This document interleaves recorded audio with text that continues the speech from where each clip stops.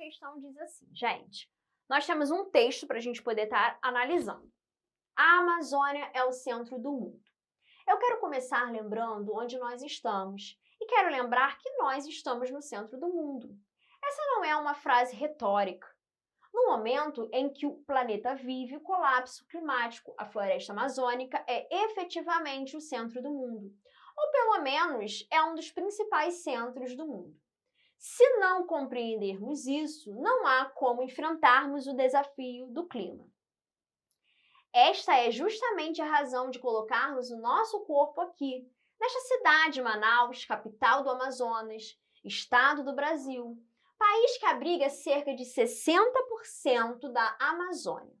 Manaus é um tanto uma floresta em ruínas, como as ruínas de uma ideia de país.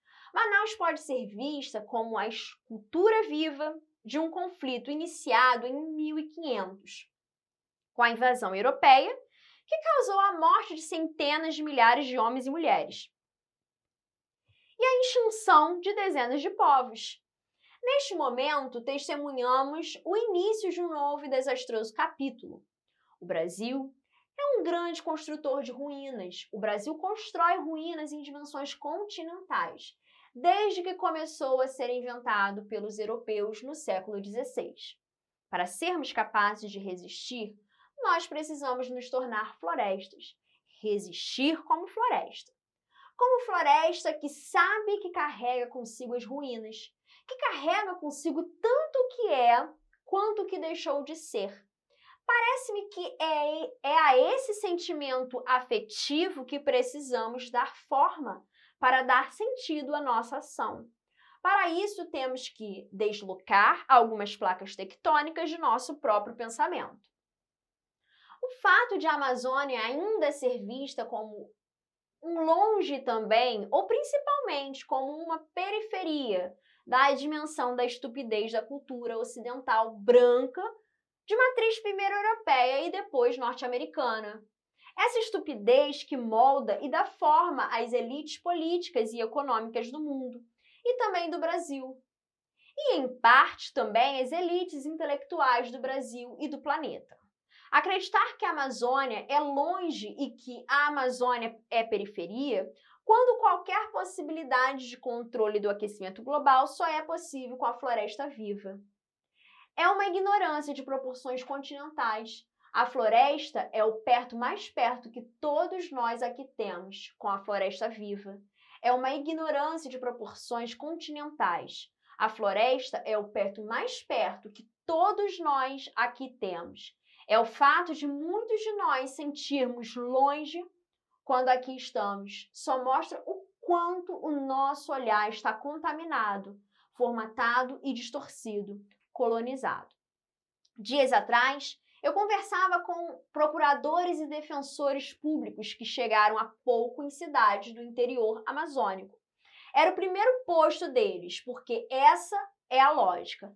A Amazônia é o epicentro dos conflitos.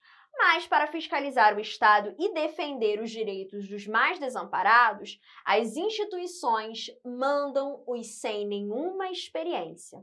Alguns deles, não todos, interpretam que estão sendo enviados a uma região amazônica como um teste ou mesmo um castigo, um calvário que precisariam passar antes de ter um posto decente. Parte deles, não todos, não vê a hora de ter o que é chamado de remoção e deixar essa bad trip para trás. E não é culpa deles, ou não é culpa deles, porque essa é a lógica das instituições. Este é o olhar para a Amazônia. Felizmente, do seu papel, aprendem, compreendem, permanecem e se tornam servidores públicos essenciais para a luta pelos direitos em regiões onde os direitos pouco ou nada valem. Lembrei a eles que, como eu, eram privilegiados. Eles estavam justamente no centro do mundo. Eles estavam no melhor lugar para se estar, para quem tinha escolhido aquela profissão. Mas teriam que se esforçar muito para superar a sua ignorância. Como eu me esforço todos os dias para superar a minha. era a população local. Eram os povos da floresta que teriam de ter enorme paciência para explicar a eles o que precisam saber, já que pouco ou nada sabem quando aqui chegam. O mesmo princípio vale para jornalistas e também para cientistas. Somos nós que precisamos de ajuda dos povos da floresta. É deles o conhecimento sobre como viver apesar das ruínas. São eles os que têm experiência sobre como resistir às grandes forças da destruição, para que tenhamos alguma chance de produzir movimento de resistência. Precisamos compreender que nesta luta nós não somos os protagonistas. Esse texto foi especialmente adaptado. Primeira questão diz assim: quanto à utilização da crase, considere as seguintes afirmações. Lembrando que a crase é a fusão ali, né, da preposição, mais o artigo, mais o começo, né, de alguns pronomes, enfim. E eles são utilizados aí principalmente por causa da regência dos verbos. Então, nós vamos ter ali, no excerto, parte deles, não todos, não vê a hora de ter o que é chamado de remoção e deixar essa breath trip para trás, o elemento sublinhado aqui, A, não recebe acento indicativo de crase, porque o verbo ver é transitivo direto, não requisitando o emprego de preposição. Nesse caso, somente o artigo definido A figura diante do substantivo ora.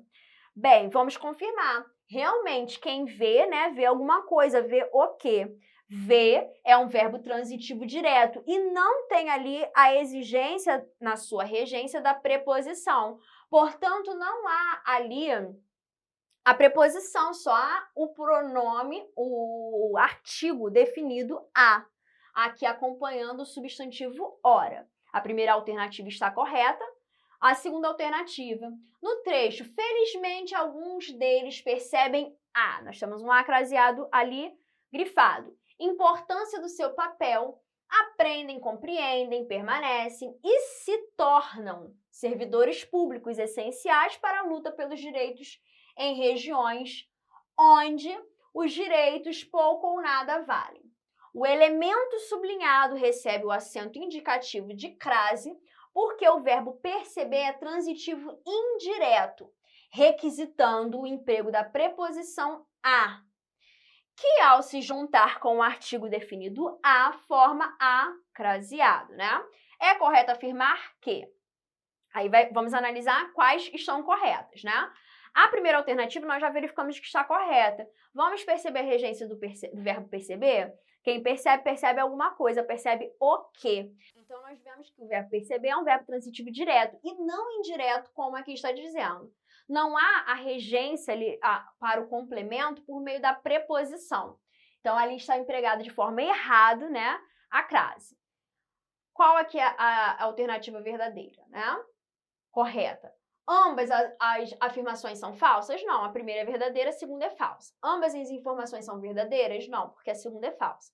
A primeira é verdadeira e a segunda é falsa. Encontramos o nosso gabarito letra C.